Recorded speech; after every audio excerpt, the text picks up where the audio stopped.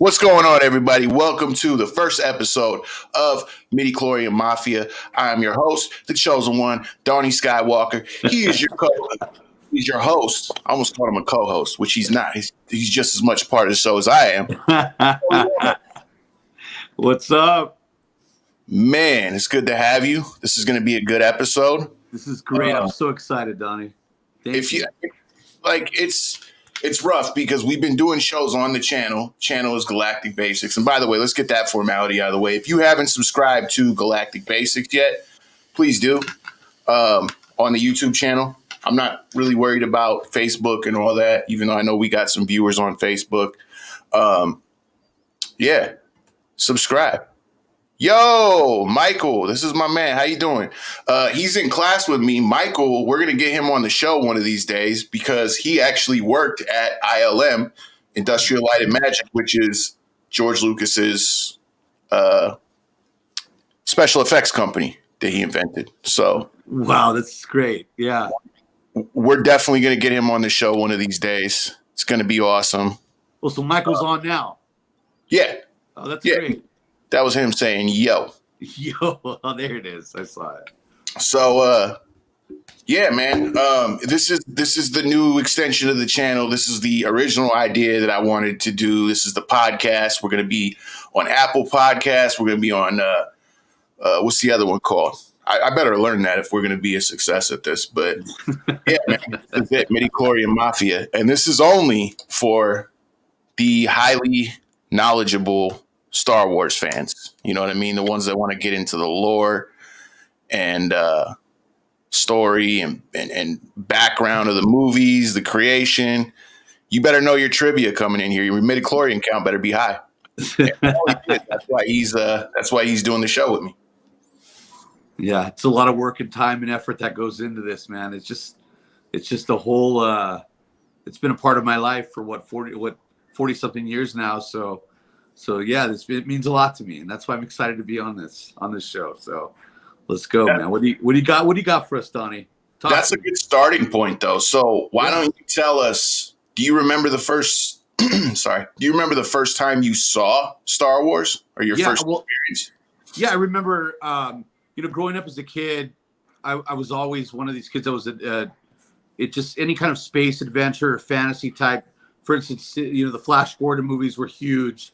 And then also there was a Sinbad series that came out with the claymation figures.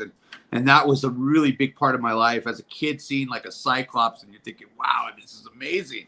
And then Star Wars comes along and this movie completely changed the aesthetics and the narrative of Hollywood films. And what I mean by that is films were always so, they always had deep, meaningful stories and so Star Wars basically introduced us to the blockbuster, something that was, the special effects. It just changed everything. And I'll never forget, I was young and I remember Empire was my first time going to the theater because for the first one I was too young. I grew up in a Hispanic family. We really didn't go to the movies too much. But when I went to Empire, I was with my grandmother and my mom, and I have no idea how I got them to go watch Empire Strikes Back. But we went, and it was in Union City, California, man. And I'll never forget it. It's probably the greatest moment of my life. I was blown away. Just imagine sitting there as a little kid and seeing Hoth on the big screen like that. It just blew my mind. Absolutely blew my mind. To this day, it's still, it's something I'll always remember for the rest of my life. Yeah.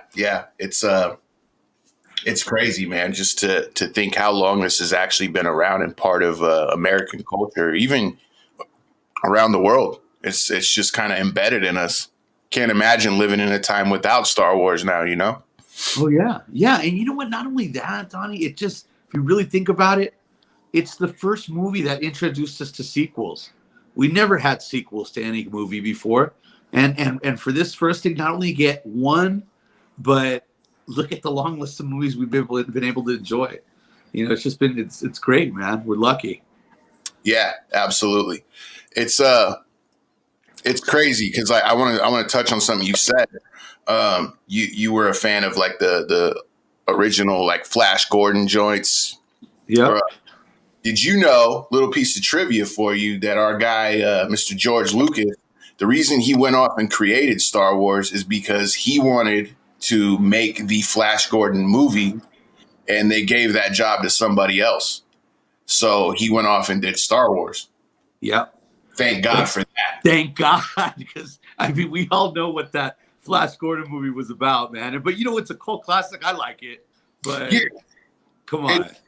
It's no Star Wars though. Like it's it's Star Wars. Literally, you know, I wasn't alive when Star Wars came out, but you talk to people from that time, and it's just crazy. You know how you know these kids nowadays aren't fazed by anything when it comes to special effects and big movies and whatnot. But before Star Wars, you didn't have giant silver screen cinema special effects heavy movies. No. And even at the time back then, you didn't have a lot of those classic heroes' tale stories. So George Lucas broke the mold in so many ways. Just by, you know, it's really, you know, you could call it sci-fi. Well, no, you can't. This is our show. It's not sci-fi. You can't box it in like that. It's mythology. It's huge. You know, if our civilization was to get wiped out, and you know another civilization came and was trying to learn about us, I'm sure Star Wars would be what we view Greek mythology was to the Greeks. You know what I mean? Yeah, definitely, definitely. So yeah, man, that's dope, man. Like it's and that's the thing, man. Like you get so many nowadays. You get so many movies that are, you know, big time special effects. You know, $100 million budget. You know, and it's nothing new, but none of that would be possible if it weren't for Star Wars. None of it. You know, and the thing is too is just where the movies changed everything for me was the fact that it just the stories behind it, and then after one movie would end, I mean, it's all you wanted was more and more and more, and it almost for a while there as a young kid, I mean, it just consumes the excuse the language, but it consumes the shit out of you, man. It really does. And I remember as a kid growing up, everybody, it was like, let's see who could, you know, who would have the most, you know, the biggest collection, or who had the biggest ship. And, you know, I got to tell you, my mom and dad, for being, you know, just a mid-level type of couple, you know, raising us that way. I always had, you know, the Millennium Falcon. I always had all the toys, and it was just a big thing, man. Every time you go to the store, and you know, even my dad, you know, hey, go pick yourself out a monito, mijo. You know, it was just one of those things, man. And I remember, I'll never forget as a kid going to the store with my son and him looking at these action figures in awe and wanting something, and I would buy it for him, you know. So, and you know, my daughter was into it too. She liked it as well.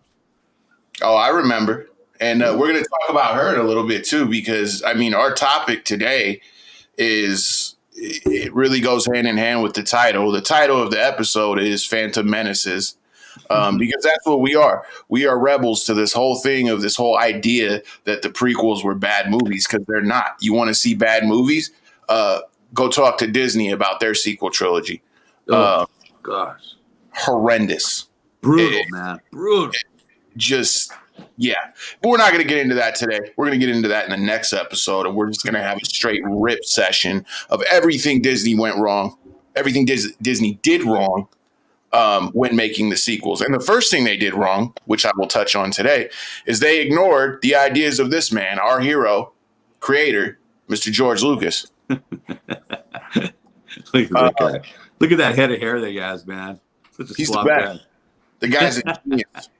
You know, one of the great things about his world in Star Wars was that you were always taken somewhere new. You know what I mean? And like I said, we're not going to go too deep into why Disney failed. But, you know, one beautiful thing George was able to do is he was able to tell that hero's journey story, and at the same time set him in these amazing backdrops. Planets that just look completely otherworldly. Whereas when you go to Disney, you get Ventura, California, and maybe a Death Valley. You have 3 environments in Disney: snow, desert, and a bunch of grass. That's it. Yeah, maybe an occasional forest or jungle, whatever. But I guess it's easy for them because they only got to go on location in like 3 different places, like England, Death Valley, and Ventura. But yeah, you go to Palmdale, you're 45 minutes away from LA. Yeah. It was, but George Lucas didn't do that. He gave us planets like Cato Nemoidia, Felucia, even Endor. If you go back to the original trilogy, it was filmed on location. One, because he couldn't afford to, digital technology wasn't there yet, and he definitely couldn't afford to build a giant forest. But or maybe he could, I don't know. But we have the redwoods here in California, and there's no place elsewhere in the world that is like it. So it was a good on location filming choice. But same with Tatooine. If you're not filming in Tunisia, it's not Tatooine. It's not. I know Tatooine, okay? Like it's embedded in me. That's home to a lot of us. You can agree. That's where we first went to in Star Wars, a lot of us. And like when they first showed the episode 7 trailer, everybody's like, "Oh, Tatooine." I was like, "That ain't Tatooine." No, that's not Tatooine. No. And it wasn't. But when I saw The Mandalorian, I said the same thing, and it is Tatooine. They're not doing it right. Yeah, they're not. There's a couple scenes where they do, but the scenes where I think Tatooine was done the best, one of the most beautiful scenes in Star Wars is in episode 3 at the very end when Luke is handed over to Uncle Owen's whiny ass and Aunt Beru. And they're looking at the binary sunset and then it rolls to credits. Beautiful. Yeah, that was their whole point. They wanted to recapture that from the first movie. And I thought they really did a great job with that. Yeah. George Lucas is big into rhyming. He's a rapper. He likes his movies to rhyme, which is dope. Another one, though, is when, and we were just talking about this the other day, was when Anakin is riding that swoop bike. I was just going to say that. Yeah. Is that me? Yeah, that's you. Maron. Yeah, I was going to say, man, where you got a train station next to you somewhere? No, that's like actually about 1.5 miles away. Hey, that just makes the show a little bit grimier, man. You got tracks and train tracks right by you. Well, let me tell you, I mean, not to get too off topic here, but this is the problem. It'd be 3:00 in the morning, and it happens at least 4 or 5 times a week. Yeah. The guy that comes through here at 3 or 4 in the morning, he literally leans on the horn all the way through town. So there's a horn going off for like 2 minutes straight. Just, I'm like, man, I'm going to go out there one of these days and, jump on that train like Jesse James or something and smack the living out of that guy. Dave, but Donnie, getting back to what you were talking about, that scene was probably one of my favorite scenes, man. Just the music, just the backdrop. I mean, the lighting on it, everything was perfect. And that's just, it does. I know we talked about this, and I don't want to get off track either, but just the prequels. The prequels are, I love those movies, man. I always will. And I know we'll get into that eventually, but that was the one scene that really blew me away, and that's what I loved about those movies.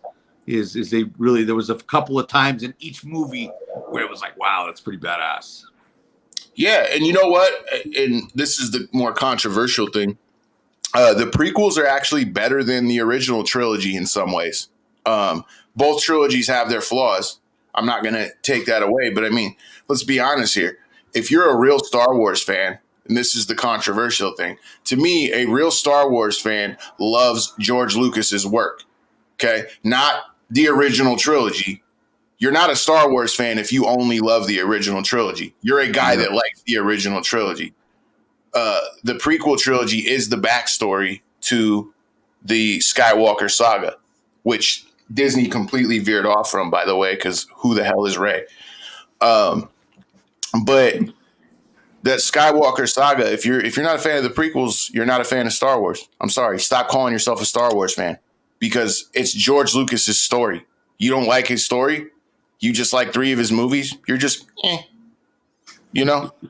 Yeah, You ain't I one. feel you on that. I feel you. Those, I mean, those the amount of time he put into writing all of that stuff and putting those stories together. But like I said, just to have that vision of already knowing that these were going to be, that's what he wanted. He wanted to be able to make sequels and do that. I mean, that was just genius already, man. I mean, I know he worked that out in the deal somehow, but I mean, just to think that he already had this planned out. It's just amazing. It really is. Yeah, it is. And it's pretty cool that we got so many books, comics, and video games and TV shows like the Clone Wars to really kind of continue that story. Notice I didn't include the so-called episodes 7, 8, and 9 because that's not Star Wars, folks. Those are really bad fan films. This is why this episode is called Phantom Menaces to Society. We do not agree with society on the entire episode 7, 8, and 9. Those are not Star Wars movies. Those are Disney movies with Star Wars makeup. The whole First Order concept, the villains in that movie, just absolute garbage, man. That's what made you, you know, in the first 3, they always had great villains. And then, you know, as far as like anybody that affiliated with the Death Star, you know, they were always great. I mean, but yeah, I wasn't feeling any of that. The whole vibe of the movie was wrong. It just didn't feel right. It didn't feel right to me, and I'll always believe that. It just wasn't the right fit. Yeah, it's sad too because I was in I waited in line for every Star Wars theater release I was alive for. And you know, a Star Wars line is not the same as other lines. It's a party for like 24 hours straight until the movie starts. And I was excited, man. I wasn't impressed by the trailer, so I had like a little bit of there might be some things that Disney does to it that I don't like, but I still thought I was going to love the movie. I went in there, and the girl I was dating at the time, she was with me, and I bought 2 back-to-back showings. So we literally had a showing, and it was the first showing, and then we were going to leave for 20 minutes and come back and see the second showing because I'm crazy like that, right? Yeah. Needless to say, we didn't go back. We left the theater after the first showing, and I was just staring at the ground, and she looks at me, and she's like, and mind you, she'd only seen Star Wars like 2 months before this because I made her. And she looks at me, and she's like, what'd you think? And I was like, it was great. It was awesome. And I'm looking down at the ground. She's like, it didn't feel like Star Wars, did it? I was like, no, oh my God. Like, how do you see that? Like, you don't know Star Wars like I do. Like, you even saw that. She's like, nah, that didn't feel like a Star Wars movie. And that's when I knew. I was like, wow, even a newbie to Star Wars recognized that it didn't feel like Star Wars. But you know, going back to the first movies and how they transitioned into like say the Phantom Menace and Attack of the Clones. But you know, the one thing that I took from it is that we got to see Luke evolve and get better and then struggle with things. And then by the time Jedi came around, we got a glimpse of what we always, you know, because when he was on Dagobah and he was doing flips and stuff like that, it blew me away because I'm like, wow, okay, this is what they can do. And then in Return of the Jedi, he was, you know, doing these flips and just all these. It just gave you a glimpse of what a Jedi could do. So by the time we got into Phantom Menace, that's what I was most excited about. I was wondering how they were going to transition him and show us a new modern type of Jedi. And it was just the simple things, just the ability. I mean, them swimming was exciting to me. You know, I didn't know a Jedi could hold his breath that long. It was great. You know, it was just so amazing. And then it just kept evolving. By the time we got to Revenge of the Sith, that's some of the best sword fighting. I mean, the sword play I've ever seen. I mean, in a Star Wars movie. I loved it. Let me stop you, though, real quick. I'm a little disappointed. They didn't hold their breaths, bro. They had the A99 Aquata breathers. Yeah, well, that's right. Yeah, you're right about that, man. I forgot about they had something, but still, just for them to be able to go to those depths like that, I thought, wow, that's pretty badass. That Gungan city was badass. Nobody can deny that when they swim over those rocks underwater and you see that whole city, that's one of my favorite scenes. It's just dope. Music was on point. But yeah, let's start with episode 1 real quick, because 1999 is when it came out. And it is, to me, it is such, everybody says it's a terrible movie. It's such a flawless movie to me. And I'm going to tell you why. One of the common things that's said bad about episode 1, one of the negative things is that people say that, the Jar Jar Binks and Anakin were just cringeworthy, right? I disagree. I know people more annoying and idiotic than Jar Jar Binks in real life. And we got an entire world talking about don't bully people. So the funny thing is the people that are going around with bully hotline numbers in their wallet are the same people talking bad about Jar Jar. You know what I love about Jar Jar is our 4-year-old watched Star Wars for the first time the other day, and I didn't think she was going to sit through it, and she was about to get up. As soon as Jar Jar came on the screen, she was glued. It's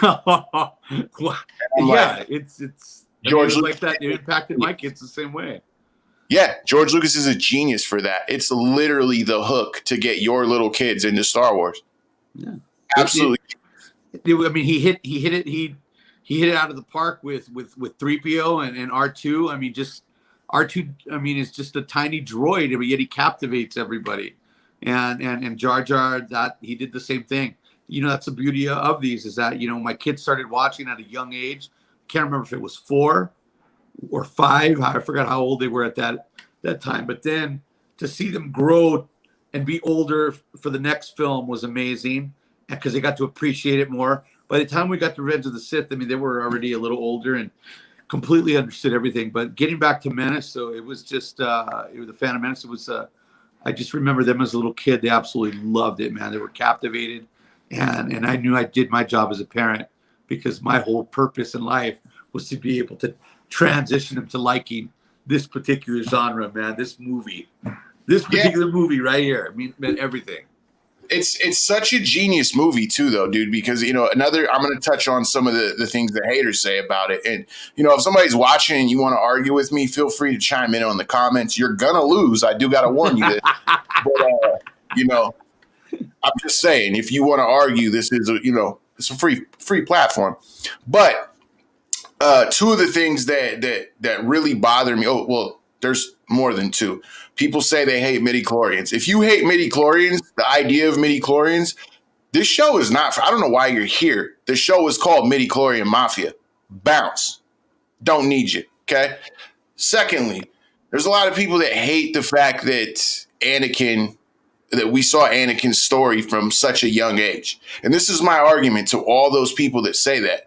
If they were to do a autobiography or a biopic of Adolf Hitler to really understand how he became evil, you would have to go back to his childhood. Of course. You would have to, because there's no way to fully understand what was going on. And then if you look at what was really going on with Anakin, like you saw immediately in episode 1, we know it's like we knew the Titanic was going to sink. Okay, the ending, but it's the how. That it's how he gets there. And as soon as you see episode 1, you're like, oh, he's a slave. There's no wonder he turns to the dark side.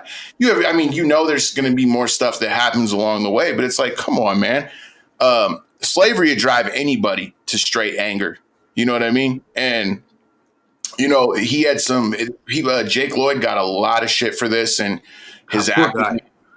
Yeah, the guy's in a hospital now dealing with mental issues because of getting death threats at the age of 9 years old from I'm going to start going off. But some of you nerds out there, like, you want to send somebody a death threat, send me one. Please.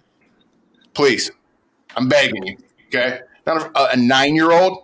This is why you still live in your mom's basement. This is why you have never kissed a girl, because of stupid shit like that. Okay? I just imagining some punk kid in a damn basement, man.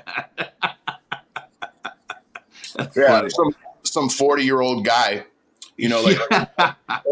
you ever see that South Park episode with the guy? He's sitting back like this. He's big old, overweight dude, like in his 50s, still living in his mom's basement, trolling people on the internet. That's who we're doing. No, it just reminded me. Your comment reminded me of the guy from Mallrats, dude. Jason Lee when he's in his mom's basement, man. That's funny. Yeah. And Star Wars is brought up in that flick as well, man. Yeah, every Kevin Smith movie. Yeah, Kevin Smith does a great job. I was able to meet him. He was a nice guy. We talked a little Star Wars, and the guy just was all about it. But all in all, getting back to the whole thing, I just remember the hype leading up to it, Donnie. What really got me was just at the merchandise. I was going just crazy, man, buying everything in sight. It could have been a Queen Amidala damn like slippers or something, man. I bought it, dude, just because I'm gonna save this for my daughter or something, but it was nuts, bro. It was nuts. I had a Darth Maul blow up chair in my bedroom. Oh, that's right. I remember that.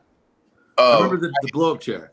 Yeah, it was dope. I had so much stuff. I was one of those weirdos too that when I bought action figures like Stormtroopers or Clone Troopers, and we didn't have Stormtroopers and Clone Troopers in this one, but I used to buy like a bunch of them. Every time I'd get a chance to go to like Target or something or Toys R Us, I would pick up another Stormtrooper or 6. You know what I mean? But anyway, to go back, kind of veered off right there, but yeah, so that the Anakin thing, the hatred that came, from fans, if you will, to Jake Lloyd, that was just ridiculous. Another thing that they hate is all the politics in the movie. But I thought it was genius. How do you explain a takeover of an entire galaxy from within without explaining the manipulative politics that go into it? I thought it was dope. I was just gonna agree with you on that completely because it just gives you a whole insight onto the beginning, how this thing started, man. And me as a passionate Star Wars fan, I loved it. I loved every bit of it, man. I really did. Yeah.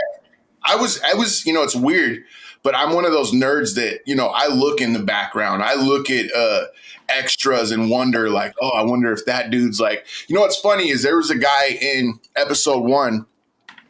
He had some dreadlocks and like some yellow paint over his eyes. And he was sitting in a cantina and fans loved the look of him so much and said, oh, that guy should be a Jedi. George Lucas, forever the fan pleaser, made him a Jedi, and the story was that he was on Tatooine undercover trying to bust a smuggling ring and never met Qui-Gon Jinn before, and if he knew that was him, he would have helped him or whatever. But that was just cool. It's stuff like that that's so cool. But I remember watching it, and I was 12 or 13 when episode 1 came out. And I remember watching the political scenes so fascinated because it tells you that Palpatine is manipulating something, right? Exactly. And I'm loving, by the way, when episode 1 introduced us to his Darth name, his Sith name. Sidious is such a dope name. Dude, how badass is that name? Bro, and so it was like, you're learning all that, and I'm sitting there watching all the political scenes on the edge of my seat, trying to hear these little like subtle nuances of manipulation, and I would watch it back and over and over and over and try to hear and maybe he's doing something. And it's so crazy how technical it was, and it's weird to me. Well, it's not, because we live in a world full of idiots. So of course you guys don't get it. I get it. You're not smart enough to understand the prequels. They're dumb, right? No. And those are the only, it's funny though, too, because George Lucas then gave up his empire, wanting it to, the legacy to continue on, but after being ridiculed by fans, thinking that his fans turned against him. George, we did not turn against you. The only problem here is the loudest fans are the ones that complain. The rest of us, we're too busy watching the movies, enjoying them and researching and looking up backstories. Ignore them. They're not fans. They're not us. It's the little things where he captivates me. For instance, it's like he goes to show you, it gives you a peek into how strong Sidious and Palpatine, how strong they really were, to know, to him already, to him to have everything planned out and know what Anakin's role was going to be and what he had for him before Yoda or any of them could even figure it out. They were completely clueless. They had a hard time even reading this kid. And so, but he already had it figured out. He knew what was going on the whole time. And I mean, as a matter of fact, at the end, at the funeral scene, when he's like, we'll be keeping a close eye on this one, or I forgot how exactly he said it, but I mean, it just, I thought, wow, that's amazing. It just shows how powerful he was becoming already. And so that was great, man. That's one thing I loved about that movie. And by the way, if you want more backstory on it and stuff that was going on behind the scenes, the Darth Plagueis novel. It's amazing. Absolutely amazing. I do got to say this though, Paulie. The other thing that fans complain about is midichlorians. They're like, oh, it takes away the mysticism of the Force. No, it doesn't. First of all, I love the idea of midichlorians. I love, because, before we heard about midichlorians, we're like, why is this Jedi stronger in the Force than this Jedi? And if everybody can use the Force, why doesn't everybody just train to use the Force? Yeah. You know what I mean? And then you hear the, the idiot fans are like, it should be like karate, if you want to learn. No, dude.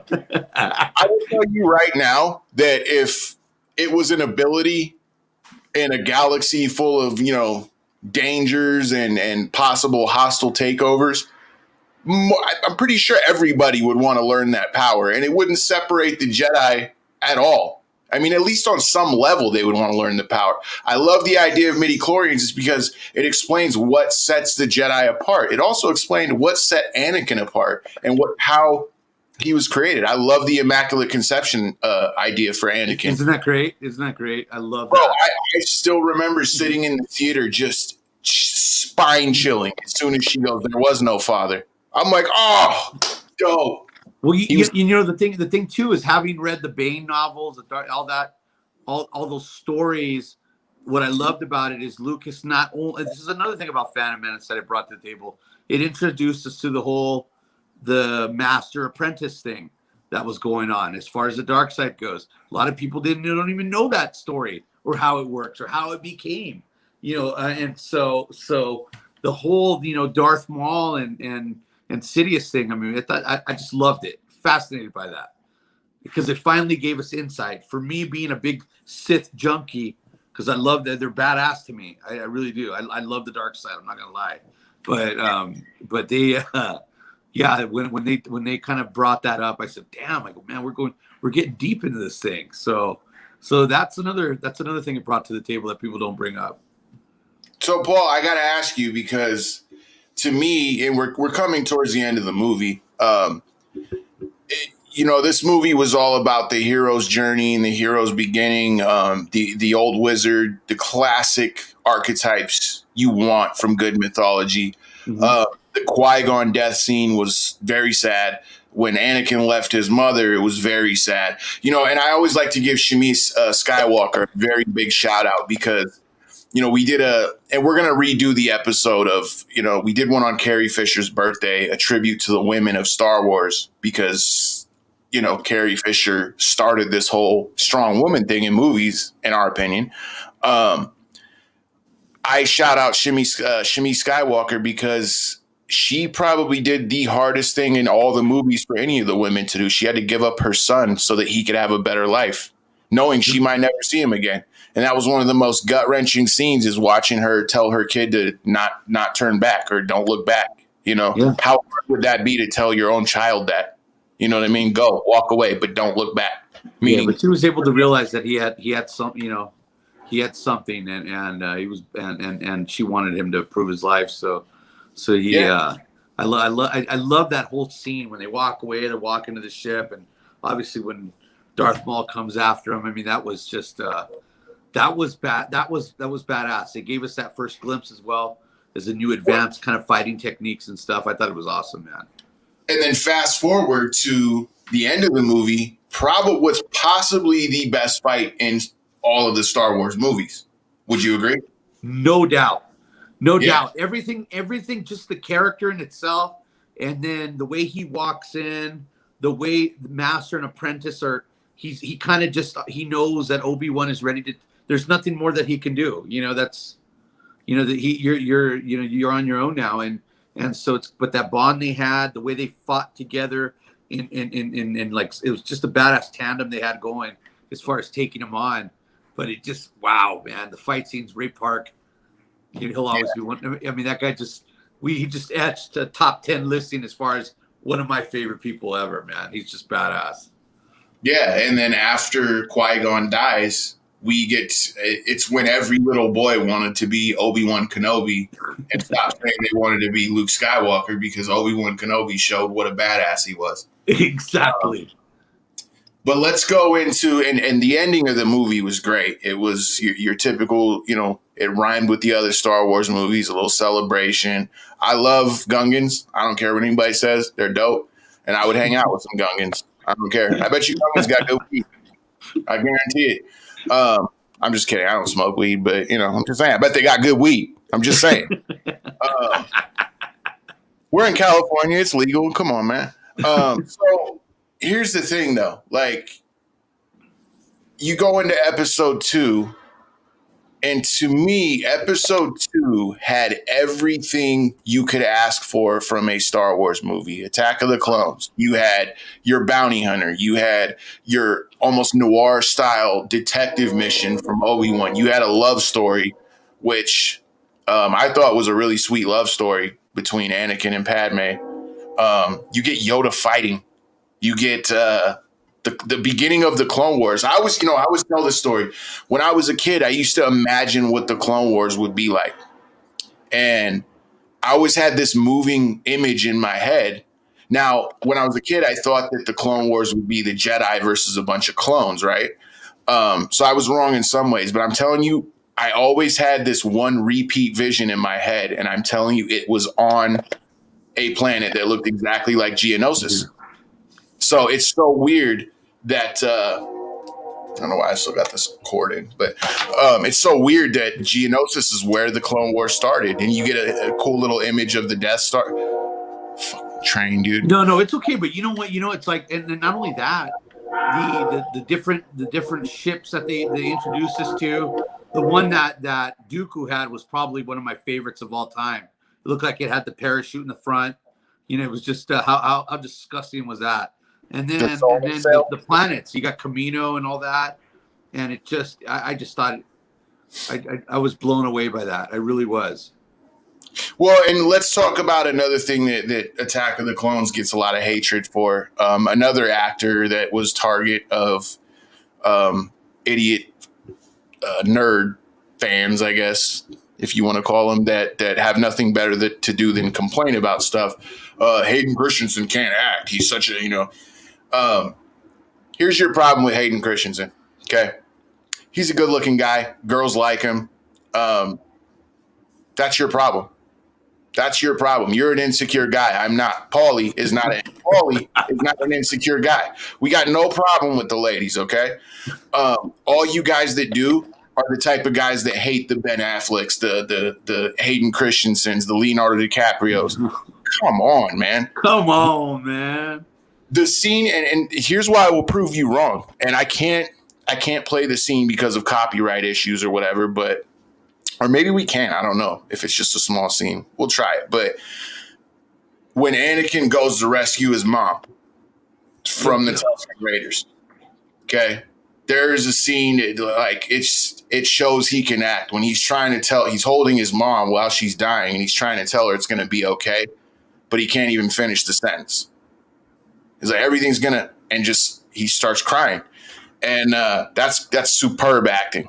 Superb. And then we get the most badass scene in the world after it. He slaughters the Tusken Raiders, but the genius of George Lucas, he didn't let us see it. He gave us a cool little Easter egg with Yoda meditating and hearing all the destruction and the fury. I was just gonna bring that up. The way that it affected Yoda, I thought that was I thought that was another great move right there. I mean, yeah, you hit it right on the head. The Easter egg, though. Yeah. You hear Qui-Gon Jinn. This is the first time we hear somebody post-dying. This is the first time the Jedi hear a voice from somebody that we know of, the modern Jedi. This is the first time somebody is coming back from the dead to communicate, right? So that cool little Easter egg, if you're a diehard Star Wars fan, you picked it up, and that was Liam Neeson's voice. So that was cool. But I will tell you what an even better scene, and my boy Zog brings this up. He's going to be on the show. I don't know when, but he's part of the show. We used to watch this scene and just be like, dude, that is so hard. Anakin is a hard ass. Remember before he goes out to rescue his mother, he sees Owen and Klieg Lars and Beru, and they're basically giving him a line of why they couldn't go out and rescue her. Oh, there's too many of them. And Anakin's looking at them all like, really? So he comes back with the body of his mother, picks her up off the swoop, is carrying her into the homestead. But as he's doing it, he gives a death look to Owen and Klieg. Right now. I remember that. Yeah, he was pissed, remember? Yeah, well, they were talking about they went out for days and weeks, trying to find her. He came back a day later, looks him dead in the eyes like, you guys are weak. And if you really read into the dark side and Anakin's struggles, I thought that scene was genius because that is where there was no going back for him. He became addicted to power after that, because to him that translated as his ability to control things and to protect the people he loved. And I thought it was so genius. Yeah, he became somewhat defiant with his with Obi-Wan as well. He kept talking back and not paying attention when he was supposed to, and it was getting hard for Obi-Wan to control him there for a bit. But then also, his whole love story with Padme. I mean, he just that was a whole nother thing that they got into as well. So he did cram quite a bit, man, into it. But I'm glad George Lucas did it. These are all the things I've always wanted to know. How the story became. Where did she go when she was a little girl? When she was a baby? These are all the things that I wanted to know. And these movies just put it all out there for us. Well, and that's where we come into what most people say is the best of the prequels. Episode 3. My favorite. I don't like to rank them. I think they're all great in their own way. It depends on what mood I'm in. There are 6 Star Wars movies to me that are canon, and they all rank differently on different days because it depends on the mood I'm in, right? Episode 3, though, was what guys like you and me, Paulie, this is the one we waited for. Oh, yeah. I was excited. I mean? And I feel like it delivered on every aspect. Yeah. I'm such a big General Grievous guy. I've showed you my pre-cyborg Grievous action figure. I love the story behind him. So when I found out he was going to make an appearance on the in the movie, that was really exciting for me. That really was. They did. Could they have made him a little bit darker like they did in the Clone Wars cartoon? I think so. I think they could have made him darker, but I mean I liked it. I really liked. I liked the way he was able to I mean, just him and Obi-Wan having that battle was epic, man. That was a great fight. Yeah, well, and here's another genius move by George Lucas was the fact that Obi-Wan and Anakin are no longer master and apprentice. They are master and knight. He still calls him master out of respect, but they work together. He doesn't work for Obi-Wan anymore. He doesn't work under him. He's not a student anymore. And the genius of George Lucas, you'd think that they would be more at odds. Like when we started the movie, I was thinking, oh, they're going to be at really bad odds, No, he made it hurt a little bit more, George Lucas, because he is a genius. They were really close at the beginning of the movie, bantering back and forth, joking. Anakin risked an entire mission and his whole life to save Obi-Wan. There's a point where Palpatine, a.k.a. Sidious, tells Anakin to leave Obi-Wan or we'll never make it when they're on the ship. And Anakin's like, no, not happening. And he carries Obi-Wan out. Carries him out? Yeah, and it makes that whole that whole transition from them being friends to enemies even worse. And you get to really delve into what's going on in Anakin's psyche in this one. And Padme is the tipping point. Man, when he lost it on Padme, as soon as I heard Anakin, you will try, I said, oh, dude, it's over. He's done. Right at the end. And then that was it, dude. He just flipped the switch and him and Obi-Wan went at it. But just the planets on that Mustafar and all, just everything on there was just amazing, man. I just thought it was great. And and just the fighting took it to another level. But like I said, just the whole story behind it, him leading up to the struggles he had when he really wanted to do the right thing and stop Palpatine and put an end to this. But, there was just that weak side to him, man. He had already converted after Clone Wars when they killed his mom. That was it. There was no turning back, right, Donnie?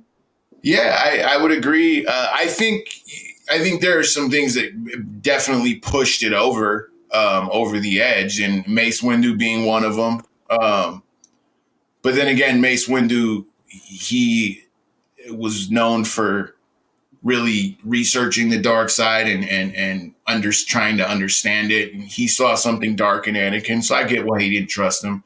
One of the things fast forward real quick to that fight that you were just talking about, where it's basically, well, first of all, let's go to Order 66, okay? Because that scene still stands out for me. Again, I waited in line 24 hours in Sacramento, and it was a great day. It was amazing. I ended up there. The two girls that were behind me, which was, shocking to most people, but they were good looking girls and they were there to see Star Wars. Well, we ended up becoming friends. So it was me, my friend, these two girls, and then one guy in front of us in line, and a guy on the other side of them, big biker dude, hilarious.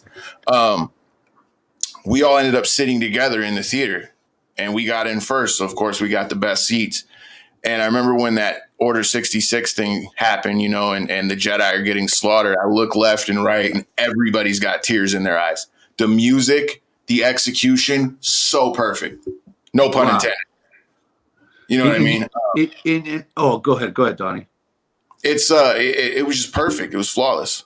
And the thing too that I forgot to bring up is that when that movie first came out, I had been sick and I didn't know what was wrong with me. I mean, I knew something was wrong, but I kept going to work, and I was, I was always short of breath. I'll be right back. Keep going. Okay. But anyway, I was short of breath, and I found out that that I had pneumonia, and I still made it to the damn movie. I had no idea how we did that, but that was something else. But that's the thing about it. It's just those movies. Movies were very impactful. I know people rip them apart, but if you really sit, if you have younger kids, it's something that you really want to do, man. Sit with them and be able to enjoy good, good clean fun like that. It was great. It's a great movie. Anyway, I can go on and on. I could keep talking and talking and talking.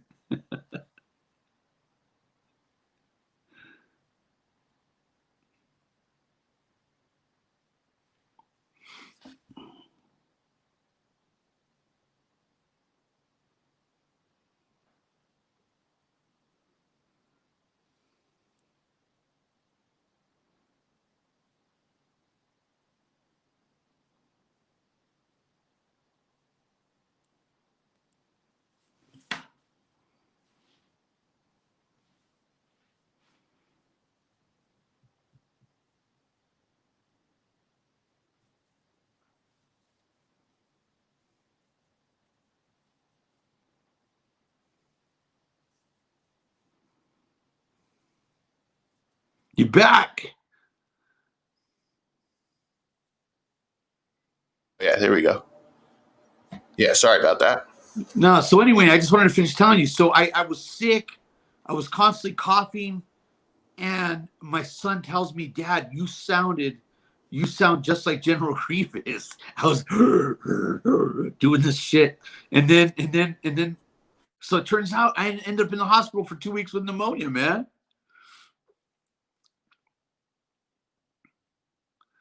We lost him again, but that's okay.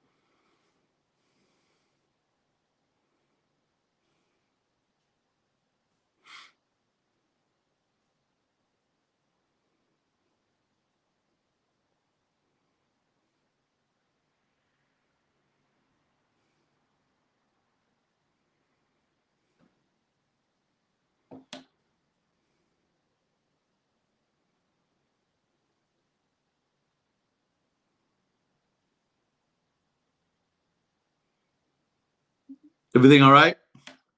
Yeah, I just had a little bit of an internet issue. We unfortunately have Comcast, and they're changing some stuff up lately. Anybody Oh, no. Comcast knows that they're a pain in the ass. So, yeah, where are we at? Where are we at? No. So basically, we were talking about what I liked about the whole. We're talking about Revenge of the Sith, and I was just telling you how I ended up in the hospital after watching that. 2 days later, I ended up in the hospital for 2 weeks, man, with full blown pneumonia. And so I remember being sick as can be watching this movie, but it's everything that I wanted and then some. You got your epic battle between, good and evil, and you got to see the transformation.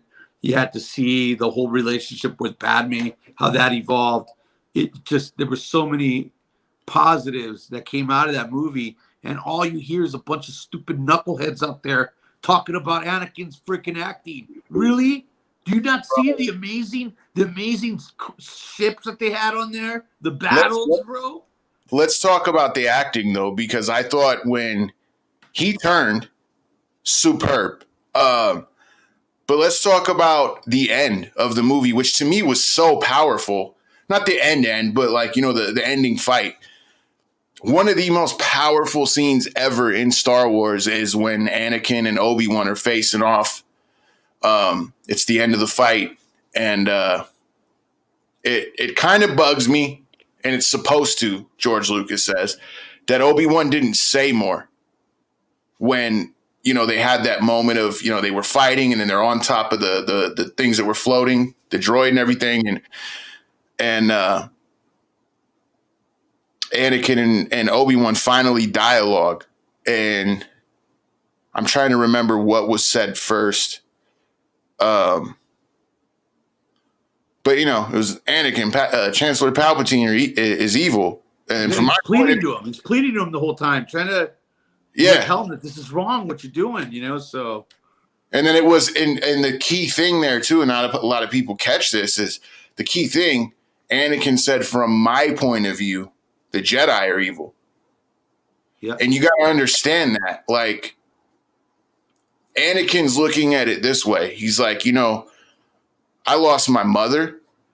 And if you read the backstory, if you read the books, Anakin is already pissed off at the Jedi because his mother is a freaking slave. Mm-hmm. Okay? And not one Jedi in the 10 years that he was there before she died said, hey, maybe we should go get her out of that so this kid can rest easy. You know what I mean? So he was already a little bit disillusioned with the Jedi. He knows Anakin has seen the darker side of the galaxy, that's the crime, the slavery, all that. He knows that. And he sees that the Jedi don't do nothing about it, but they're fighting a war over politics. So yeah, he sees that they're evil. He also has a vision that his wife is going to die in childbirth. Now, you got to understand that Anakin's belief is that, he loves Obi-Wan, but Obi-Wan doesn't love him back because he's so by the book. Jedi are not allowed to love, right? So Anakin doesn't feel reciprocation there.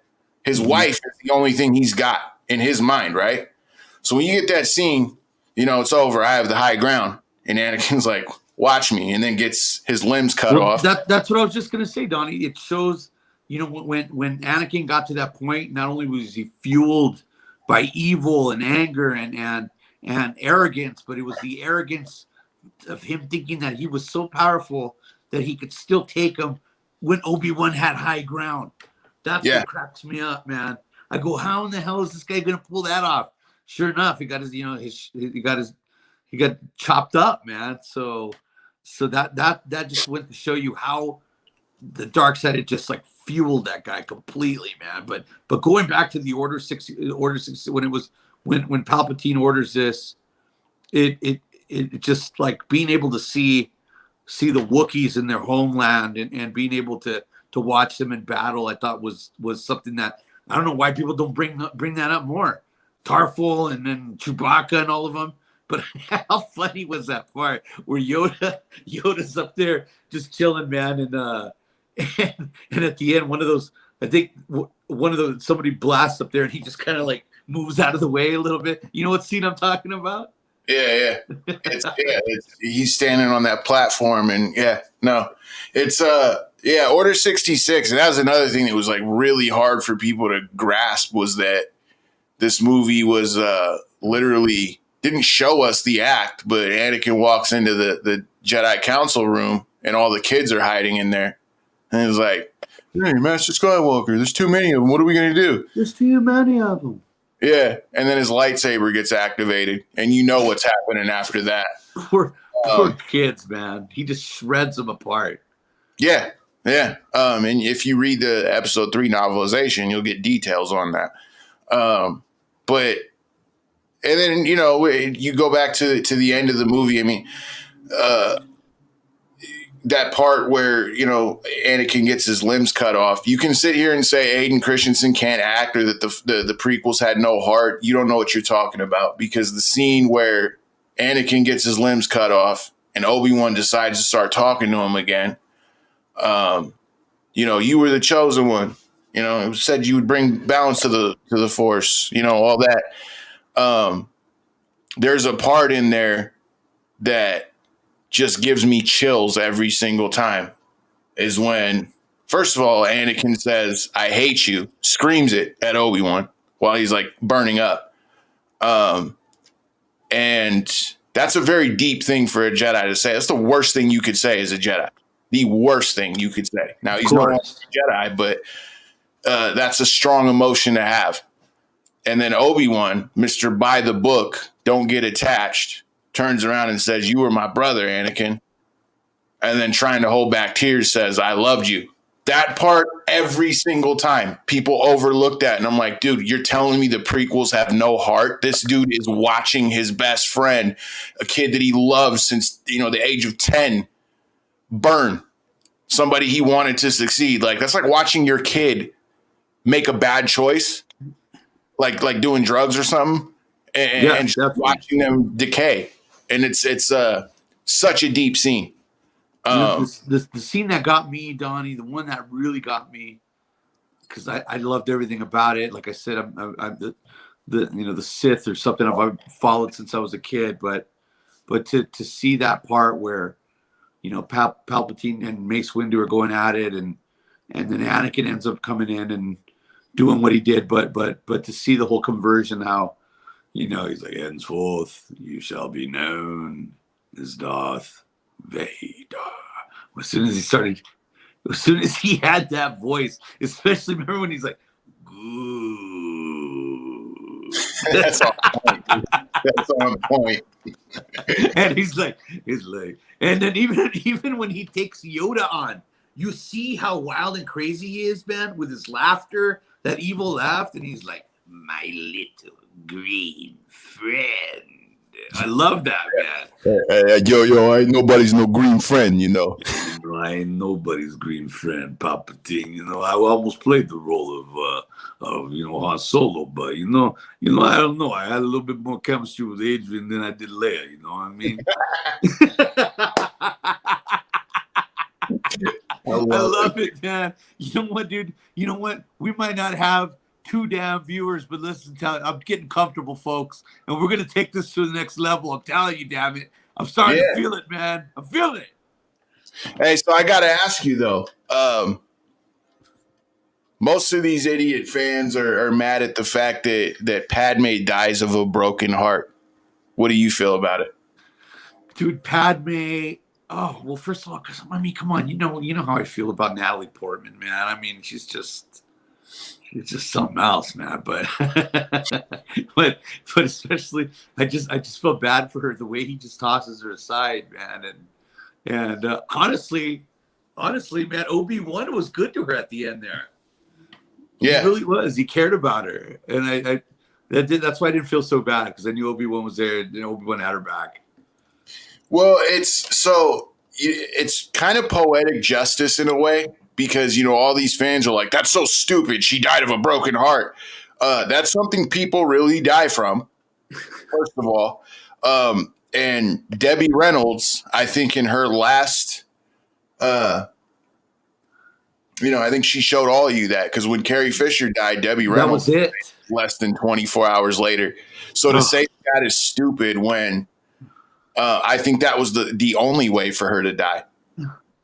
Han Solo was such a big part of my life growing up, and I'm not gonna lie to you. When they decided to off him the way they did, it just, man, I was heartbroken. I really was. I left that movie devastated, Donnie. I was thinking, how could you do Han like that?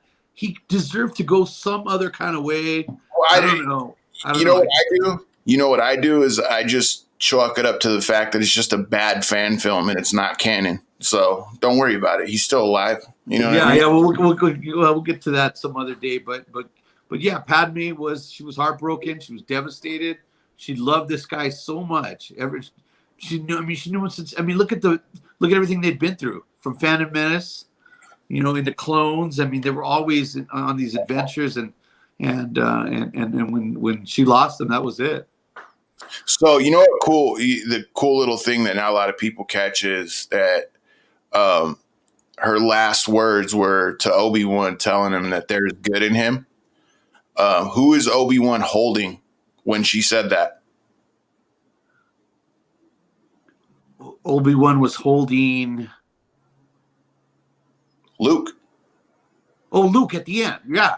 Yeah. So, people always question Return of the Jedi when Leia says she has visions and feelings of her real mother, like she has like memories of visions and whatnot. I'm sorry. I was thinking you were asking something else. So you're right, completely right about that, man. I like that he was holding Luke, because Luke unknowingly had visions and memories of his mother, because he couldn't get it out of his head that there was still good in Anakin. And that's the reason why we got to Return of the Jedi. And how underrated was Jimmy Smits, man? I thought he played a great role. Yeah, I like that they brought him back for like the Rogue Ones, and you know what I mean? Like, that was cool. Yeah. That's when I was like, okay, some people at Disney have a good idea of what direction to go for Star Wars. You know what I mean? So I will say that I'm going to close it out with this, though, because we were talking about Natalie Portman, and, she's been my crush since The Professional. I think I was like 9 when I first saw her. And I used to tell my mom, like, I'm going to marry that girl, like, straight up. And, but, it was funny. Episode 3 came out. I went and saw it again. And I broke up with my girlfriend at the time, because I'm like, she ain't no ride or die like Padme is. Yeah, no, I need to upgrade. And I just never called her again. Yeah, I remember my son Zach as a little boy. Me that hard. I remember Zach as a little boy, man, and I know I'll leave it on this, but yeah, I remember he once. I mean, this is a little boy. This is how he was impacted by Natalie Portman. We were at the school function. He goes, "Dad, she looks like Padme, Dad." I said, "Well, Zachy, you like her?" And so that was his first crush too. Yeah, all of us, man. I don't know if she was my first crush, because there was Kelly Kapowski, there was Alyssa Milano. There was so many that I had growing up, man. Yeah, But Leia was one of them. Leia was one of them, and I always wanted to be Han, because Han got to make out with her, and that was it, man. Han was my man. I was this weird little kid. I had a crush on Christina Ricci. Okay. I love her. I love her forehead, man. That's great.